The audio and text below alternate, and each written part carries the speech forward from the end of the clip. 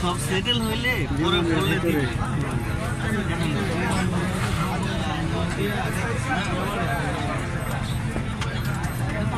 Boring pass যখন হয় ওই যে দেখা যাচ্ছে প্রায় 300-350 লোক। বোরিং পাস যখন হয় তখন বলছিলাম যে ম্যাডাম আমার একটু জানালার পাশে সিট দিয়েন, জানালার পাশে সিট দিয়ে দিছে।